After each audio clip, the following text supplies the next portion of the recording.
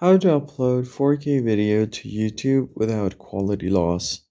Hey everyone, welcome back to the channel. In today's video, we're going to talk about how you can easily upload a 4K video to YouTube without losing any of its quality. First thing first, go to YouTube application on your device. Make sure that you are logged into your account.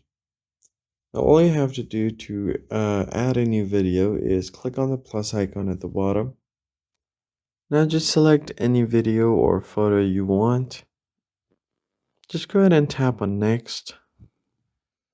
Now once your editor opens up, you can just tap on done and make sure your video quality is 4K. Tap on done.